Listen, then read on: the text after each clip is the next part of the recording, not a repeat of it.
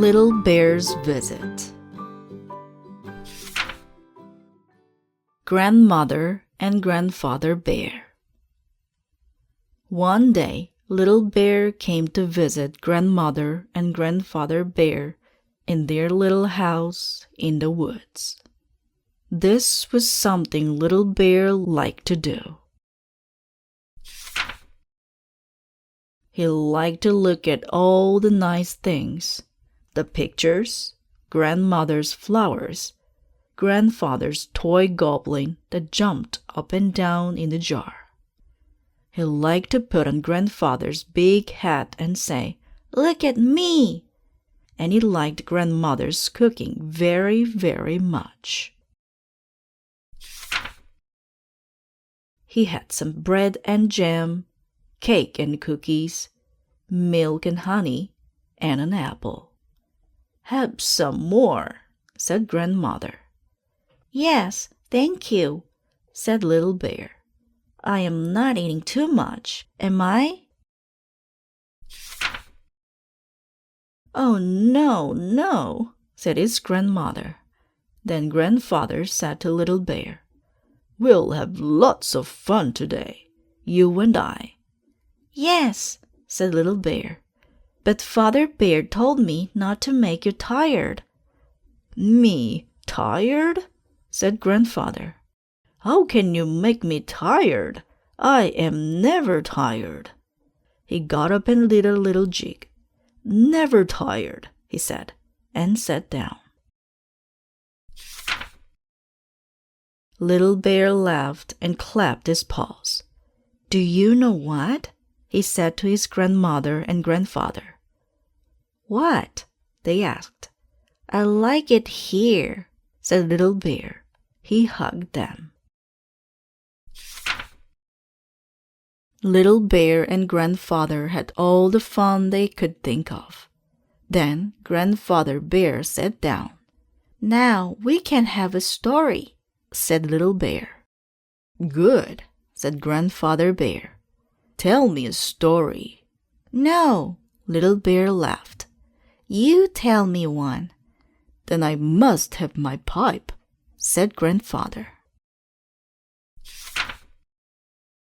Little Bear ran into the house, got the pipe, and ran back. But there was Grandfather, fast asleep. "Oh," said Little Bear. He was sad, but not for long. He went looking for his grandmother and found her in the garden. Could Grandmother tell him a story? Oh, yes, she could. She took Little Bear's paw. "Let us go to the summer house," she said. "It is cold there. Come, Little Bear, let's skip." "Oh, Grandmother," Little Bear laughed. "How you skip!" "You skip nicely, too," said Grandmother. They sat down in the summer house. Little Bear said, "Tell me a story about Mother Bear when she was a little cub. About Mother Bear and the robin. I like that story." "Very well," said Grandmother. And so she began.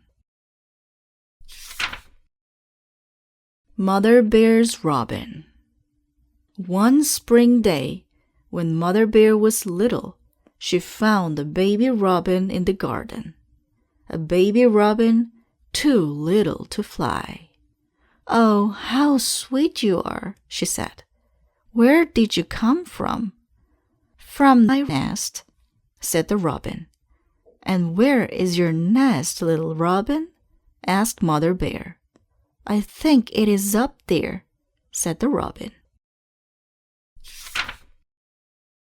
"No, that was a bluebird's nest." "Maybe it is over there," said the robin.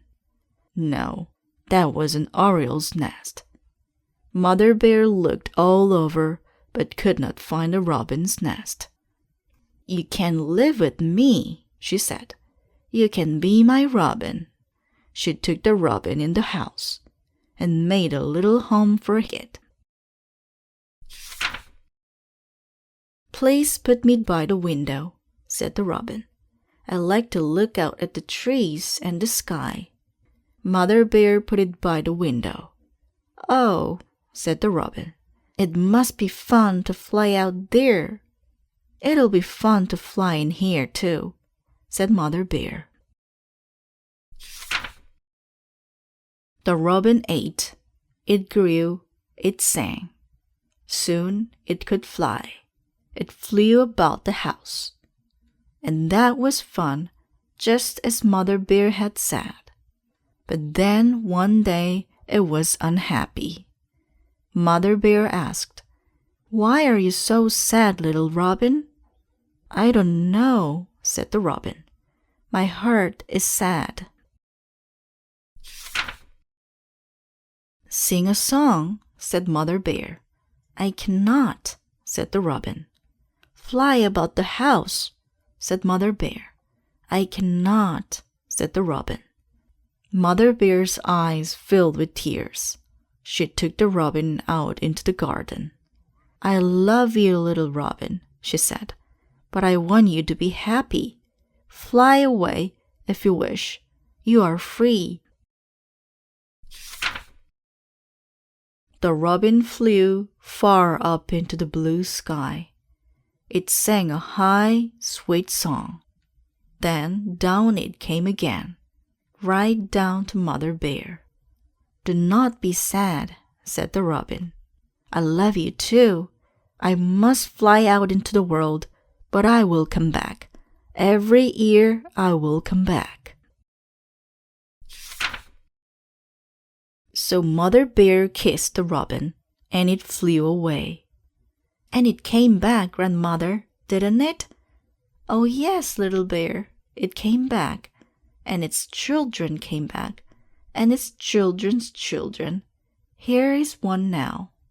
"Ah," said Little Bear, "I would have let the robin go free too, Grandmother," just as Mother Bear did. "Hurrah!" cried Little Bear. "Here is Grandfather." "Then it is coffee time," said Grandmother. She went into the house. Grandfather looked at Little Bear. Little Bear looked at Grandfather. They both laughed. "How about a goblin story?" asked Little Bear. "Yes, if you will hold my paw," said Grandfather. "I will not be scared," said Little Bear. "No," said Grandfather Bear, "but I may be scared." "Oh, Grandfather, begin the story." So Grandfather began. Goblin Story. One day, a little goblin went by an old cave. It was old, it was cold, it was dark. And something inside it went bump. What was that? Bump! "Hoo!" cried the goblin. He got so scared that he jumped right out of his shoes. Then he began to run. Pit-pat, pit-pat, pit-pat. What was that? Something was running after him. Oh my goodness, what could it be? The goblin was too scared to look back. He ran faster than ever. But so did the something that went pit-pat, pit-pat, pit-pat. The goblin saw a hole in a tree. He jumped inside to hide. The pit-pat, pit-pat came closer, closer, closer, till it stopped. Right by the hole in the tree. Then all was quiet. Nothing happened, nothing. The little goblin wanted to peek out. It was so quiet. Should he peek out? Yes, he would. He would peek out, and he did. "Hee!" cried the goblin. Do you know what he saw? His shoes! His own little shoes, and nothing more. "Goodness!" said the goblin, hopping out of the tree. "That old bump in the cave made me jump right out of my shoes. But they came running after me, didn't they? And here they are." He picked up his shoes, hugged them, and put them back on. "Good little shoes," said the goblin. "You didn't want to stay behind, did you?" He laughed. "Who cares about an old bump anyway?" he said. So he snapped his fingers and skipped away. "Just like that," said Grandfather. "I can't jump out of my shoes," said Little Bear, "because I don't have any." He chuckled. "That's how I like it." Not tired. Little Bear lay on the sofa. He was waiting for Mother Bear and Father Bear to come to take him home. He said to himself, "I am not tired. I can shut my eyes, but I will not go to sleep. I am not at all tired." He shut his eyes. He heard a door open. He heard Mother and Father Bear say hello to Grandmother and Grandfather. He heard them come to the sofa, but he did not open his eyes. "Ah," said Mother Bear, "he is sleeping. How sweet he is." Father picked up Little Bear and said, "Yes, he is a fine little cub. Tomorrow I will take him fishing." "Look at him," said Grandmother. "He is such a good little one." "And clever too," said Grandfather. "Just like me." They laughed. Little Bear opened his eyes. He said to Father Bear, "Will you really take me fishing?" "You scamp," said Mother Bear to Little Bear. "You are not really asleep. You heard about going fishing. You heard all we said about you. I can see it in your eyes." Little Bear chuckled. He said to his grandfather, "We had fun, didn't we? And you are not tired, are you, Grandfather?" "Oh, no," said Grandfather Bear. "A little cub like you, and a grandfather like me, we never get tired, do we? We can sing and dance, and run and play all day, and never get tired." Little Bear smiled. He was growing sleepier and sleepier. Grandfather Bear went on, "Yes, yes, yes. We can have many good times, you and I, but we never, never get tired." "You are not tired, are you, Little Bear?"